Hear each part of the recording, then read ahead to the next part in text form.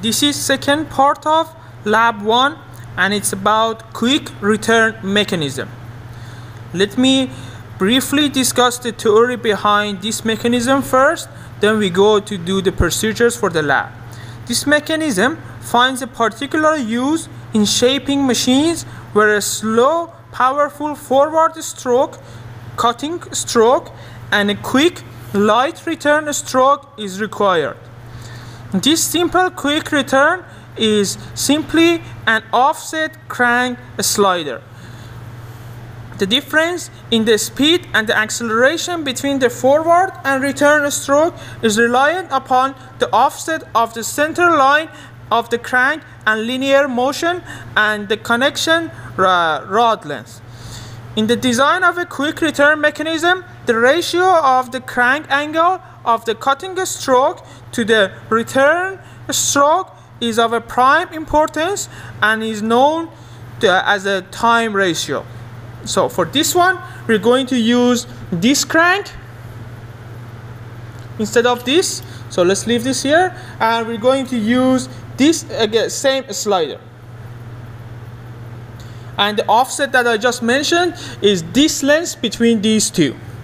So we're going to use the same connecting rod.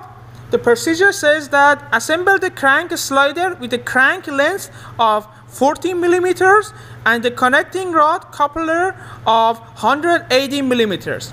Again, this is the coupler from the center of the rotation to the first indentation is 20 millimeters, so 30, 40. So I already make sure that where I connect the connecting rod to the coupler is 40 millimeters. So this length is 40 millimeters. I'm going to take this.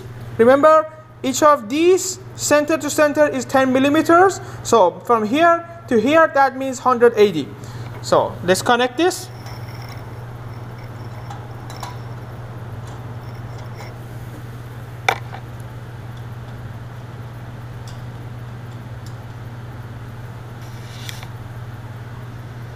Also at 180 connect.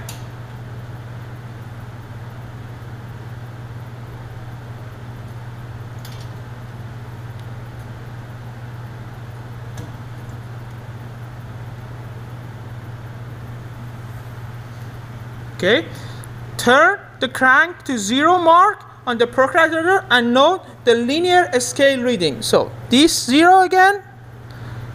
So this notch is at 0, and read your linear scale. I help you this time again for the first one. The reading is 128. And note that this number that they are prone to errors. So next time that you do this for yourself, the number could be offset a little bit. Then we're going to turn the crank in 20 degrees increment, noting the linear scale reading until the crank has revolved 360. So let's just start this one. So at 0, we read the reading. Let's go to 20. Read the number. We're going to 40. Read the number. 60. Read the number.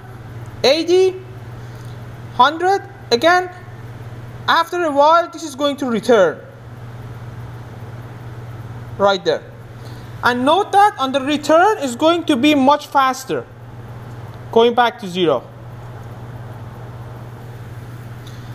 Record all your readings in a tabular form, the linear position and the crank angle in the lab, and do the post-processing and post-lab based on the questions that are in the lab book. We're going to do 1.3 after this.